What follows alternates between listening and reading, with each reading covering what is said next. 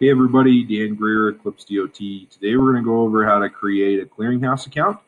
So the first thing you want to do is go to this clearinghouse.fmcsa.gov, and the other thing you can do is just Google clearinghouse, and it'll most likely be one of the top ones on your list. We'll have this link in the notes as well, so you can just click on that when you go to the notes. Okay, so you're going to go ahead and go to register. Whenever you go to register, go to login.gov. And then scroll right down here to the bottom and create an account. And when you create an account, you're going to enter in your email address. You're going to one in that hasn't been submitted before. It's going to send us an email.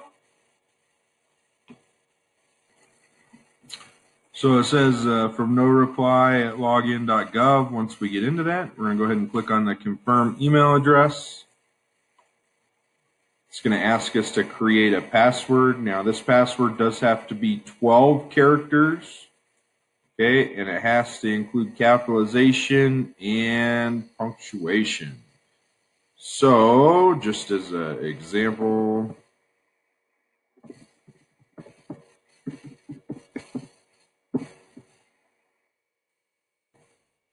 so it says that it's so.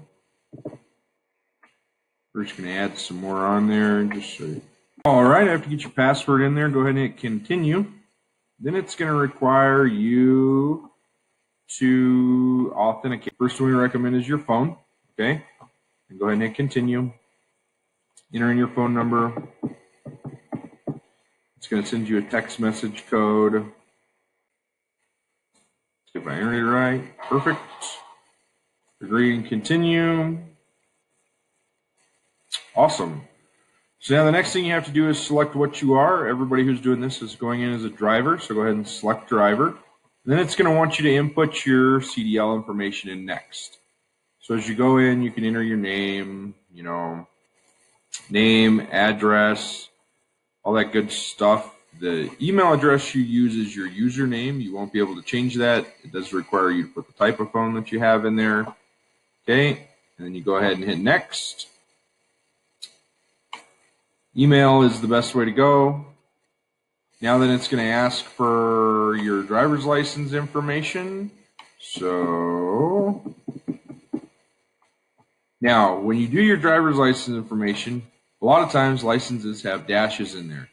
You won't be able to use the dashes, okay? It is going to ask for your date of birth. Make sure you get that inputted in there correctly. You hit verify. Now, if it does not verify, it's going to ask you to check your information again. So after we get in there, if we notice it says up here, make sure you don't put any dashes in it. All right, so once you've got everything entered in there correctly, it's going to tell you success. And you're going to go ahead and hit this next button. Once you hit the next button, it's going to ask you for terms and conditions. You go ahead and just click the affirm, and I agree. Okay. Now then, this right here tells you if you have any drug and alcohol violations on your record. And this is going to tell you where an employer has requested for consent. When you come into this and an employer has requested for consent, you're going to have to verify it. And the way you verify it is it's going to say something to the effect of, Eclipse DOT is asking for permission for your drug and alcohol violations. You have to grant them permission for it. You have to say yes. That's going to ask you another question. Are you sure you want to give them permission to view this? You have to click yes again. Here's the key, guys. If you don't give them permission, they can't allow you to drive. So make sure that you're giving them permission to do that. So make sure that you write down your password, number one. Number two, have access to the email that you're utilizing. And then number three, go in and check it. So what it's going to do is it's actually going to send you an email saying that you have somebody that's requested consent. Now, if it's not somebody that you're going to work for or that you turn in an application with, do not give them permission for it, okay? And this is right here is your dashboard that shows if you've had any violations for drug and alcohol. This started January 6th of 2020. All right, that's the key to remember. And after that, if you go to work for a company after that, they have to pull this on you before you can legally drive for them, and you have to give them permission to get it. If you drive for them without this clearinghouse, it's considered a major violation for them. So it's really important that you get in there and do it. Now, let's say that you ever need to know anything about queries or who's done anything for you.